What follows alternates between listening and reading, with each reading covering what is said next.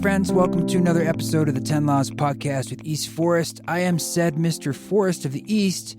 Thank you for listening. Thanks for coming back to another episode and for subscribing and for being a part of our community. A special thank you to everyone who's part of the East Forest Council on Patreon. That is a way to support this podcast if you'd like to do so. Check it out, eastforest.org, and scroll down on the homepage there and you'll see more. This week, I wanted to do a little solocast because I thought it'd be the best way to give you some really amazing stories and history and behind the scenes of this new track and video that came out this week of the Sit Around the Fire song with Jon Hopkins and Ram Dass and myself. This track, Sit Around the Fire, is the first single off what will be Jon Hopkins' new album that's called Music for Psychedelic Therapy. That's right, his new record is called Music for Psychedelic Therapy. How amazing is that? Which comes out later in the fall. And this is the first track.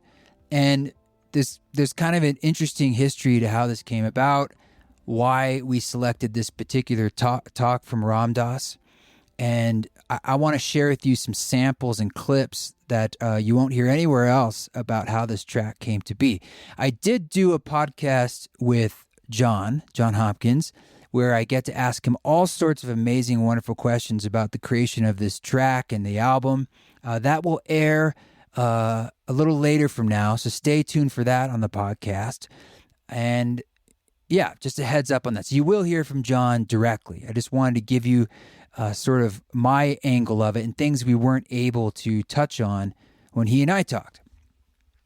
But before we do that, I just want to say thank you for giving a review and thank you for supporting the podcast and everything East Forest. But don't fast forward yet. I want to let you know that we have added a new date in the live world in Austin, Texas on September 21st, and Jon's going to be there. So it's me and Jon Hopkins. This is an incredibly special event for me. Austin, Texas, September 21st at Fair Market. Tickets are now on sale, eastforest.org/tour. You can learn more about it. But this is being hosted by Aubrey Marcus. It was his idea. Thank you, Aubrey. And it's going to be an East Forest ceremony concert, so you can lie down on the ground in that mandala fashion and go super deep together. And then right after that, we're going to have an immersive listening experience of Jon's entire new album, Music for Psychedelic Therapy, which is just over an hour.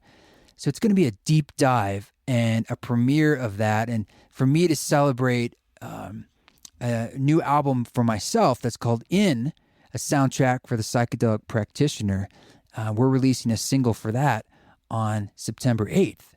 So this is a lot of psychedelic therapy music. And I know it sounds like that was planned or, you know, it does, but it wasn't at all. And that's what's so incredible about all this. But just to let you know, September 21st, Austin, check it out, eastforest.org. And we also have the dates. The 14th of September, just before that, will be in Denver. And the 16th of September in Salt Lake City. Those are also ceremony concerts. And then after Austin, the weekend after, on September 25th, I'll be performing at the Tree Fort Fest in Boise, Idaho, and Yoga Fort, I believe that same day. So lots of amazing things. And then we're heading over to the East Forest Retreat after that, which is sold out. But one more announcement. We did just get Esalen in Big Sur, California. That has now been rescheduled. That will be November 12th through 15th. So it's kind of cool. It's like a Friday through a Monday. So it's a little longer. So it'll give us more time to chill out and soak in the hot springs there. So you can see if that's something you'd like to attend. If you're looking for a retreat, that's also at eastforest.org. Just hit the retreat tab. All right. That's enough of the business. I just really want to let you know about those live events because I'm gearing up for them, doing lots of rehearsal, and it's been a long time since I've been out on the road in this way. And as you know, Salt Lake date, we had to reschedule 3 times because of the venue being taken over by the county. So now we're at a new venue in Salt Lake City on the 16th. But the Denver, Salt Lake, Austin, Boise, it's going to be awesome. I can't wait to see you on the road. And thank you so much for that support out there. So the story of how Sit Around the Fire came to be is is an interesting, winding one. It started with Raghu Marcus, who you probably know as the executive director of the Love Serve Remember Ram Dass Foundation. After the Ram Dass album came out, he had asked me to do another track that was something with Ram Dass back in the heyday, like old Ram Dass, the tapes. And that's something Raghu asked me to do originally for the Ram Dass album. And I was the one who said, no, I'd really rather go see him in person and record him today, which I know is a big ask. And if you're a listener to this podcast, you've heard my stories about recording Ram Dass and how I just want to look him in the eyes and be like, hey, I'm putting your words to music. I think I should meet you and just let you know that this is happening, kind of soul to soul, looking in the eye.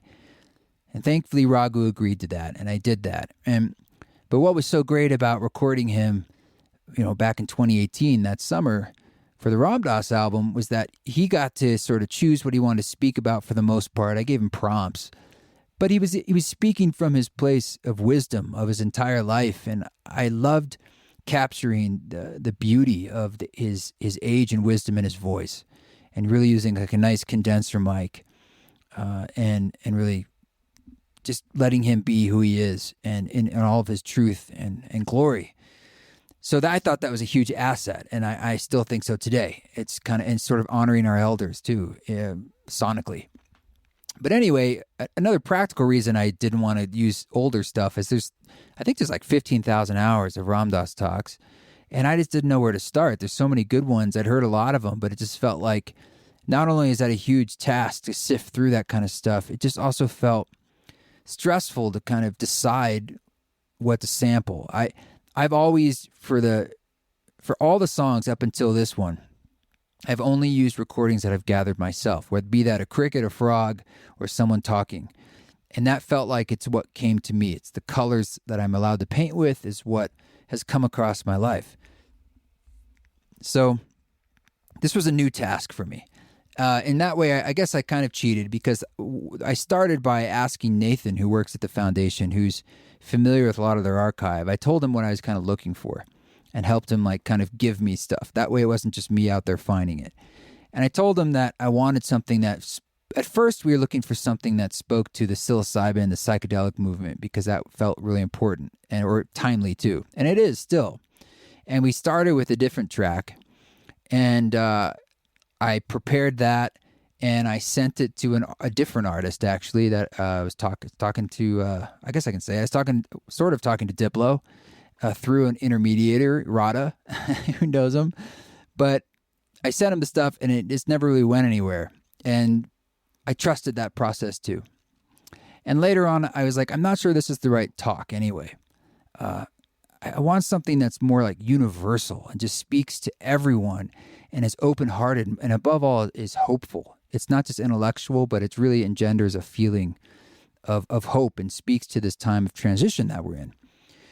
So we sent a few different talks over the months, and I was waiting till I found something. And at one point, he sent over this talk from 1975 from Massachusetts at a Unitarian church, and it was, I think, about 2 hours.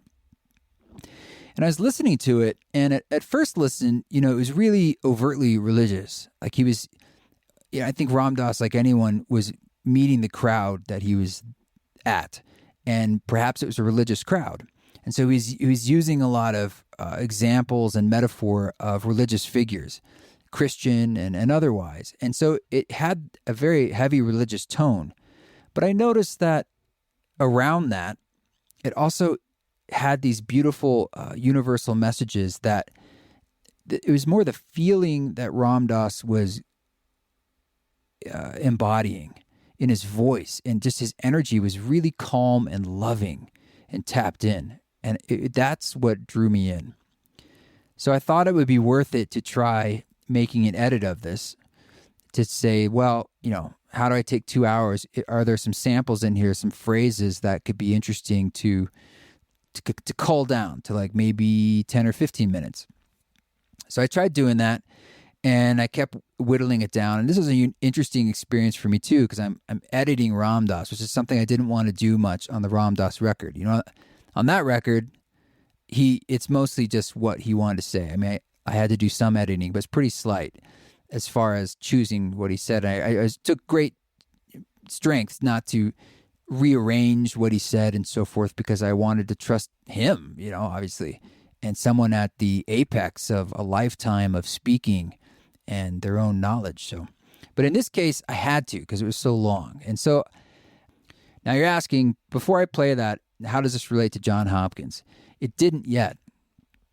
And Jon is someone that I've been a fan of for many, many years. Like, he is someone I've looked up to as a musician, and I did not know him. I did not have any introduction to him. I didn't know how to know him. And the way I got to know him is a very interesting story, and then I'm going to tell you how I presented this to him and how it became the song that you can now hear in the video too. But first, let's take a second to listen to a bit of the original talk from Rome, Massachusetts, when Ram Dass in 1975 was speaking at a Unitarian church. And you get a sense of the vibe and the draw form. The real work you have to do is in the privacy of your own heart. All of the external forms are lovely, but the real work is your inner connection. First with your playmate,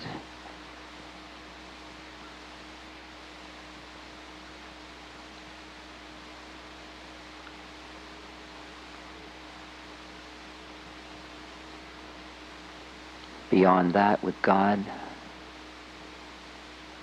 and actually with your own self.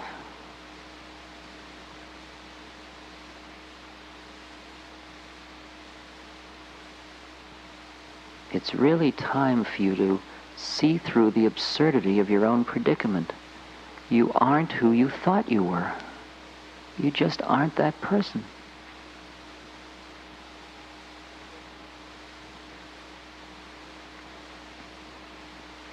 And in this very lifetime, you can know it. Right now. Every miracle that occurred in the Bible is occurring on this earth at this moment. I am living in a world of miracles, and they're all just the stuff of it all. Nothing of living truth has been lost. It's all right here. It's not for later, it's for now. Right now. If you feel a veil away from it, if you feel closed from it, just quiet your mind. Open your heart. Quiet the mind, open the heart. How do you quiet the mind? You meditate. How do you open the heart? You start to love that which you can love and just keep expanding it. You love a tree, you love a river, you love a leaf, you love a flower, you love a cat, you love a human. But go deeper and deeper into that love. Till you love that which is the source of the light behind all of it. Behind all of it.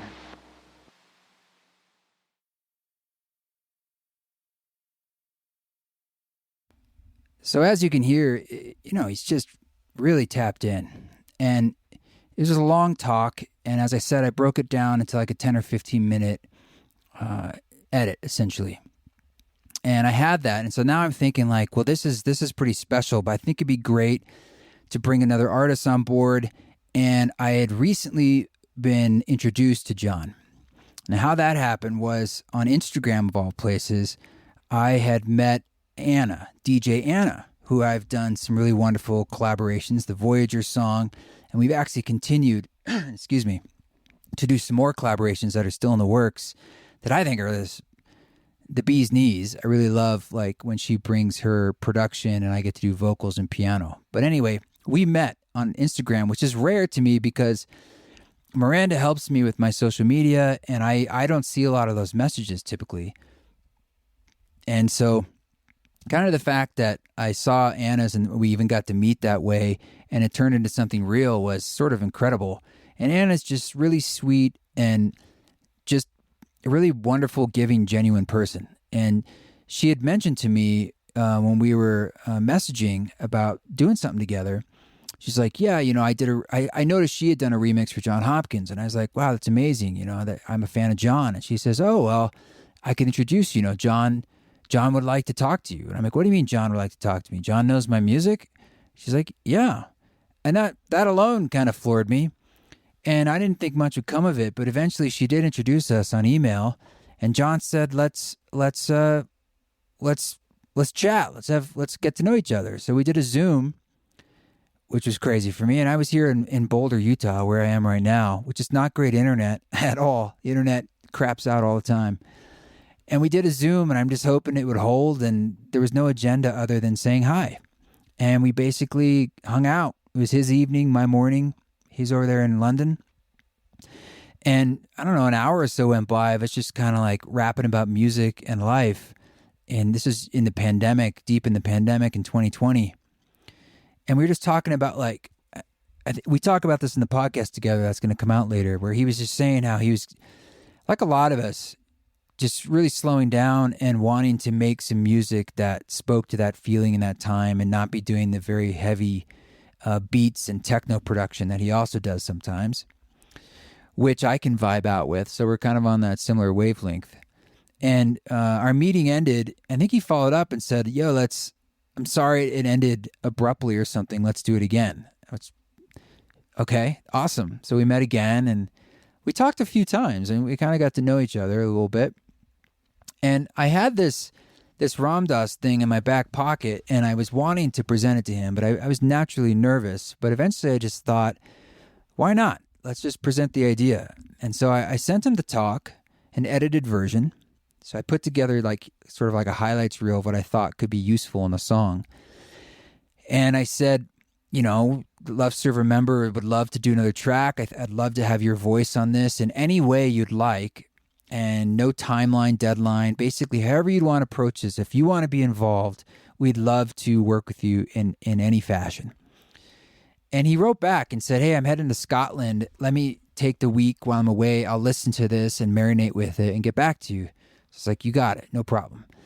So he gets back and he's like, yeah, I listened to this. It's really a beautiful energy and message of his. I'd love to do this. Let's do it. So now it's on. I'm super excited. And I'm just like, well, how do you want to do it? I'll do it however you want to do it. And Jon said, why don't you start a track? I like working that way. And then I'll do the next step. So basically you start it. And I was like, you got it. No problem. But of course, when we hung up, I was nervous because the worst thing you can do when you're making any music is to try and write something really good or has a particular agenda. And of course I wanted it to be good. I wanted it to be amazing, but I also knew it's important to just throw spaghetti against the wall and see what kind of sound sticks. We truly need to just start making noise, so to speak, and let it unfold. So I just sat down at the piano and started putting together a track with this sample I had. And I knew it wasn't going to be in finished form, but man, it was a meditation exercise in itself just to be don't think about it too much. Just keep making noise. Just keep making noise. And after a few days, I had a track. And I originally was I could make a whole bunch of tracks and pick the best one. But something in me told me, no, just do what comes out. Don't judge it and just work with it. So briefly, I'll just show you a little bit the process of the original song and stems that I came up with for Jon. Originally, it just started with a piano track. And from there, I had just bought a marimba on Craigslist, which I was looking for a vibraphone, but I found a marimba, so I thought I'd put a little bit of that into the track.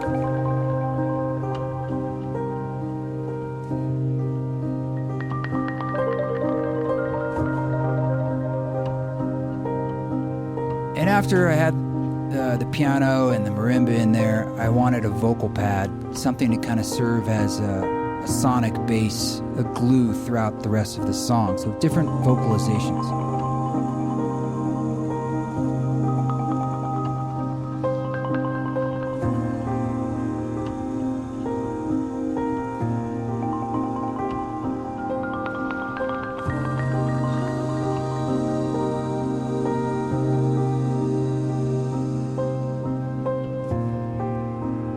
Yeah, and from there, I put in, bass, and a little bit of a field recording of a clock, and and of course, Ram Dass. So I think what I'll do now is I'm going to play the song as it was in version 1, and we'll just give a listen to, basically where things started. There. Now. Then. Pleasure. Pain. Fame. Shame. It's really time for you to see through the absurdity of your own predicament.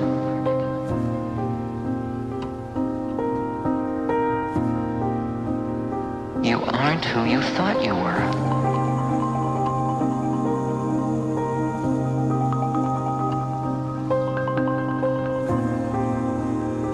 You just aren't that person.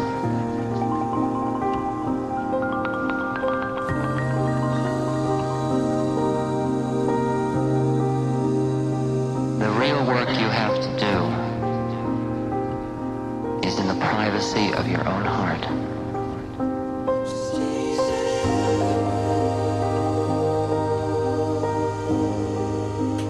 Is your inner connection.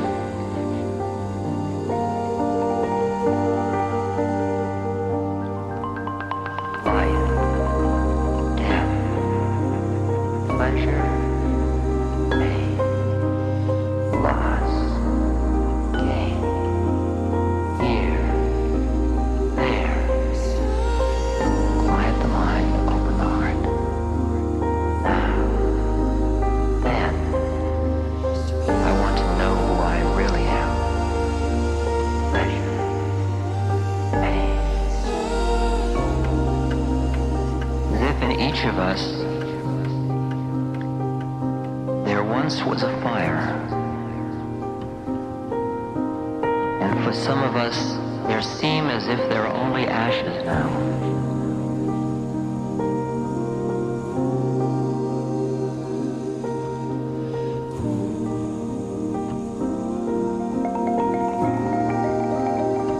When we dig in the ashes, we find one ember, and very gently we fan that ember.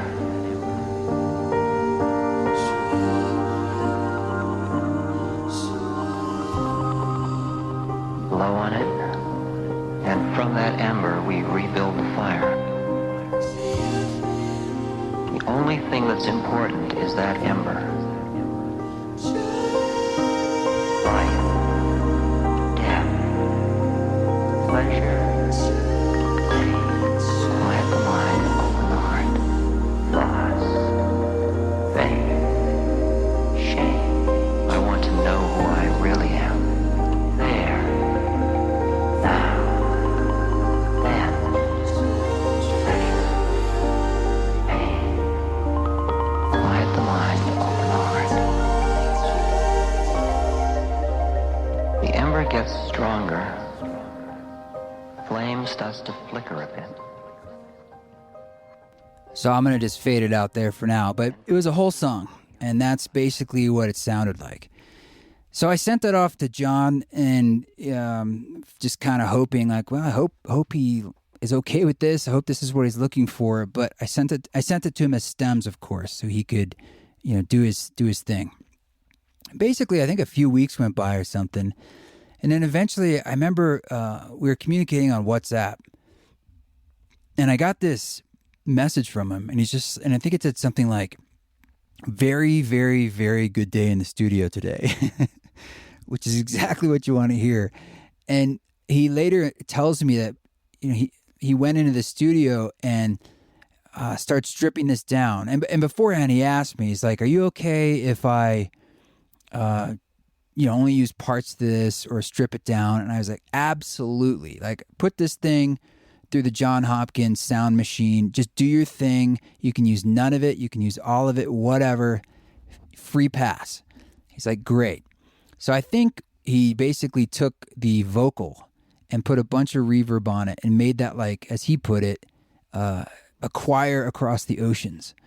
And I bet he stripped away everything else. And he took the Ram Dass sample and kind of broke it up so he could take some parts out. He added a couple little parts in from my original like 10, 15 minute edit. And it was more of just like one through line, like a little mini talk. And then he says he just sat down to that and just did an improvisation of piano of his own against that, which is a new chordal structure. And that's what you hear on the song. And he's like, it was the first take. So he talks a lot about that in the podcast we did together. So I'll save his process for that talk. But essentially, it all just came together almost spontaneously. And he got a mix together a few days later or a week later, and he sent it to me. And it's, 95% what you hear now in the finished release version of Sit Around the Fire. And I was so blown away. I remember him sending it to me, and I was in the studio, and I heard my vocal like back there in the distance, like a choir across an ocean, but like you have to reach for it almost. And the sub frequencies, if you have a good system, you can hear in the background, there's this pad of just sub frequencies that are just amazing, which I think are like sounds of London mixed with like reverbs that are dropped in octaves. He's this wonderful technique of making atmosphere and textures. And it just created this incredible sense of space and depth. And above all, I heard this track, and it just, in Rada too, we were listening to it, we're just like, holy shit, this is amazing. Like, so beautiful. Like when the piano hit, I was just like, yes. He took it further and deeper, as of course I knew he would, but like right to the emotional center that I was hoping, someone like he can do. So let's listen to just a little bit of the song, at the beginning when that hits, and I'll talk about where it unfolded from there.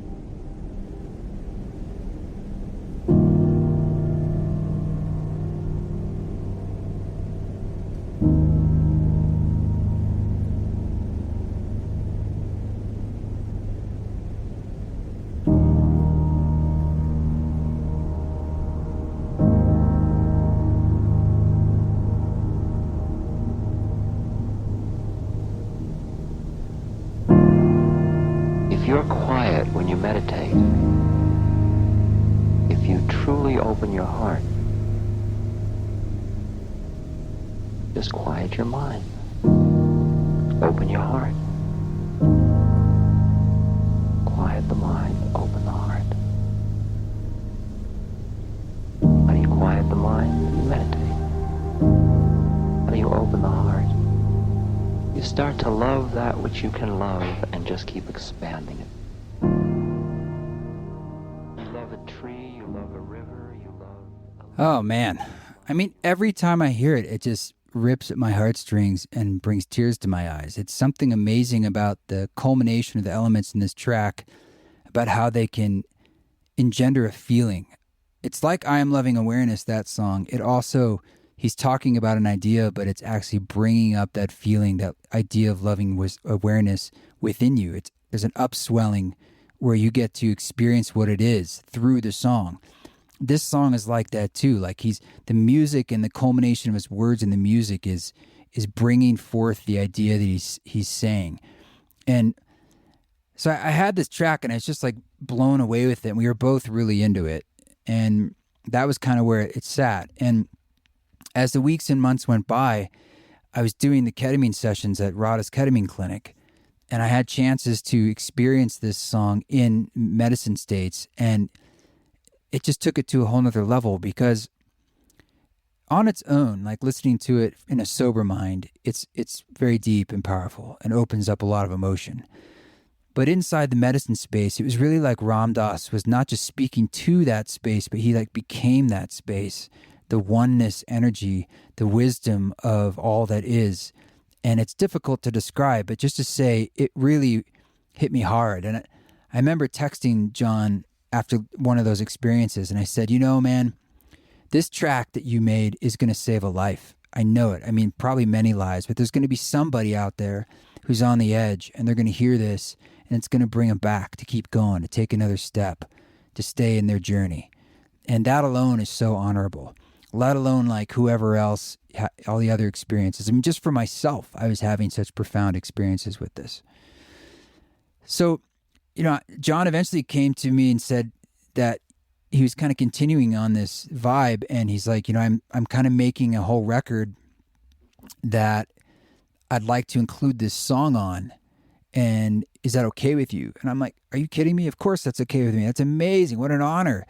So he ends up making an entire record where this is on that record, and that's music for psychedelic therapy, and which is even more amazing because I'm in that world, as you know, and I was working through the pandemic on this upcoming album, a soundtrack for the Psychedelic Practitioner, Volume 2. It's basically a follow-up to Music for Mushrooms, a 2-hour experience to guide the psychedelic journey. And then Jon's like picking up on that wavelength on his own, of course, and it's just like we're both riding this wave that's going on and just like surfing it as musicians and seeing what comes out of us. So for him to do that was just like this incredible synchronicity for me.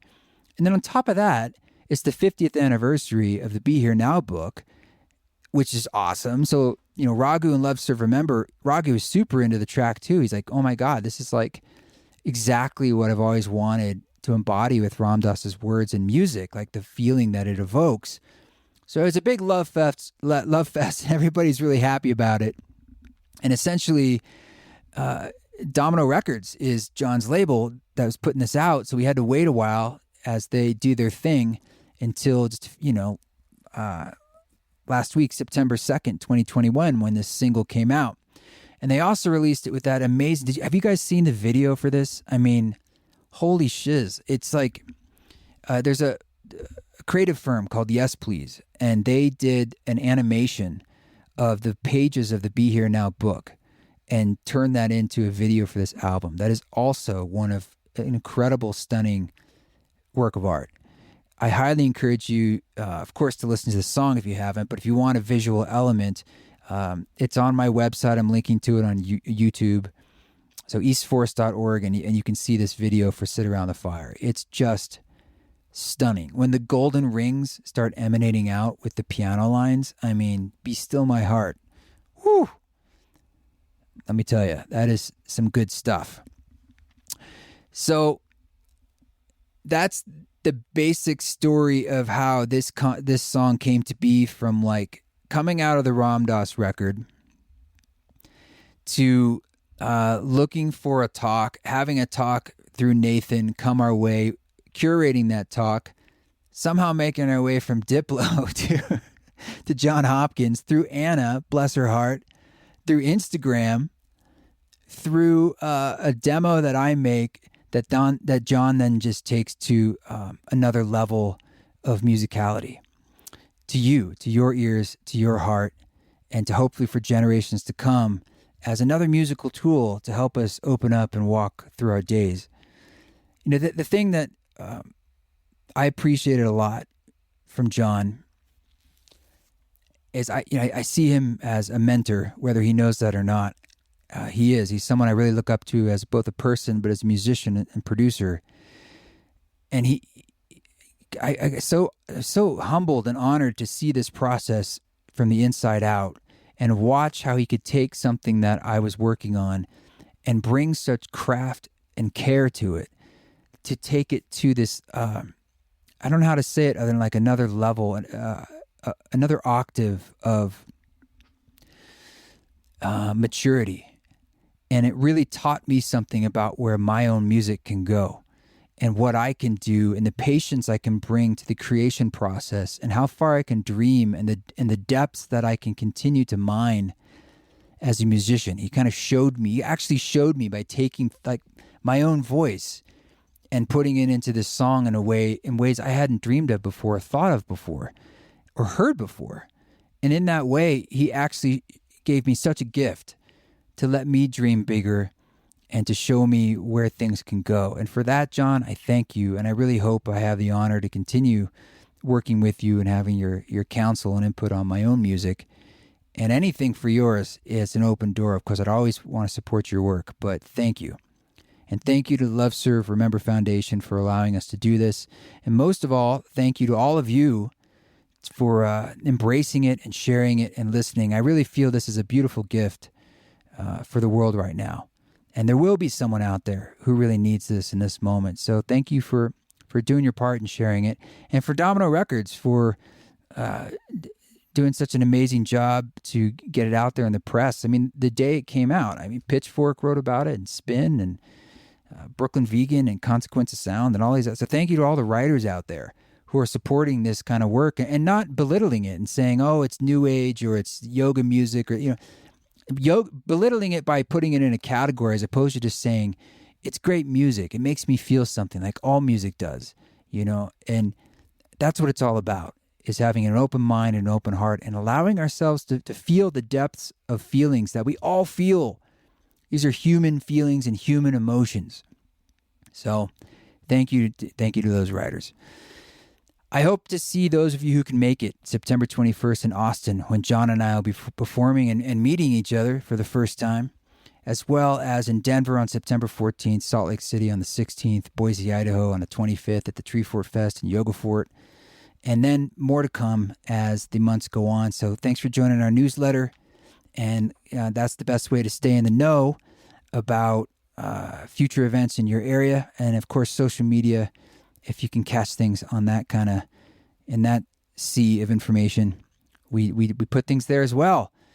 But that's it for this week. We'll get back to the conversations next week is the plan. I'll be back up moving north and getting into preparations for these shows. And I look forward to seeing those who can make it to the road. Until then, you guys keep walking your walk.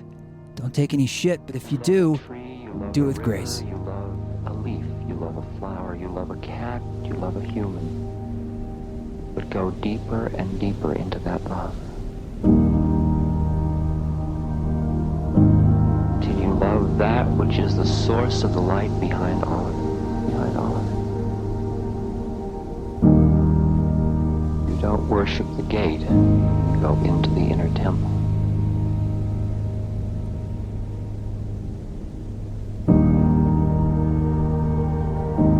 Everything in you that you don't need, you can let go of.